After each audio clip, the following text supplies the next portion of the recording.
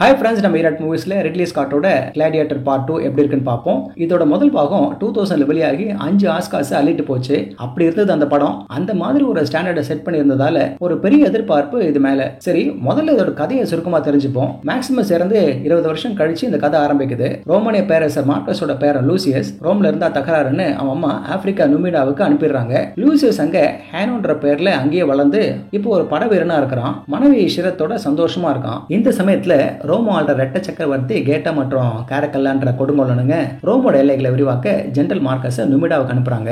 Marcus நுமிடாவை தோக்கடிச்சு இருந்தவங்களை அடிமைகளா இழுத்துட்டு போறான். போர்ல லூசியஸ் மனைவி ஷிரத் இறந்து போறா. லூசியஸோ மேக்னஸுக்கு அடிமையா விற்கப்படுறான். அவனே ஒரு முன்னாள் அடிமை. அவன் கீழே லூசியஸ் ஒரு கிளாடியேட்டரா மாறுறான். ஒரு சமயம் மேக்னஸ் லூசியஸோட ஆசை என்னன்னு கேட்கும்போது அவன் தன் மனைவி ஷிரத்தை கொன்ன ஜெனரல் மார்க்கஸை கொல்றதுதான்னு சொல்ல அவனோ லூசியஸை வச்சு ஆட்சியை வைக்க பிளான் பண்றான். இந்த ரெண்டு பேரோட விஷயமும் நடந்ததா என்பதுதான் இந்த படத்தோட மீதி கதை.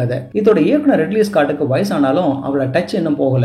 முதல் படம் மாதிரியே பண்டைய ரோமோட அந்த கிராண்டரை திரும்ப நம்ம கண்ணு முன்ன கொண்டு வந்துட்டாரு. கூடவே கிராண்டான ஆக்ஷனும் இருக்கு. ஆனா கிளாடியேட்டர் 1ல இருந்த எமோஷனல் டெப்த் இதுல மிஸ்ஸிங். இந்த சீக்வல் பிரம்மாண்டம், ஆக்ஷன் சீக்வன்ஸுங்க, டென்சில் வாஷிங்டனோட நடிப்பு, நிறைய ரத்த கிளியரான ஸ்கின்னுங்க, நல்ல பேக்ரவுண்ட் ஸ்கோர்னு இருக்கு.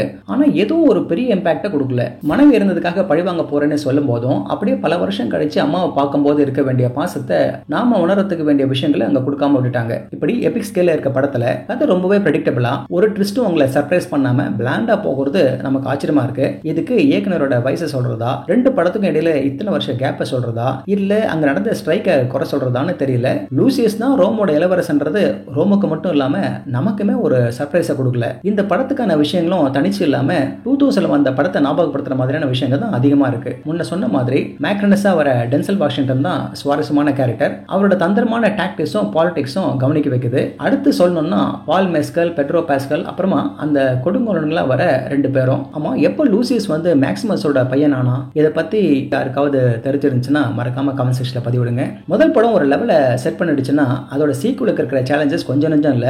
அதை மனசுல வச்சு அப்படியே அதை ஒதுக்கிட முடியாது. இதுலயும் சில தருணங்கள் ஒர்க் அவுட் ஆகிருக்கு.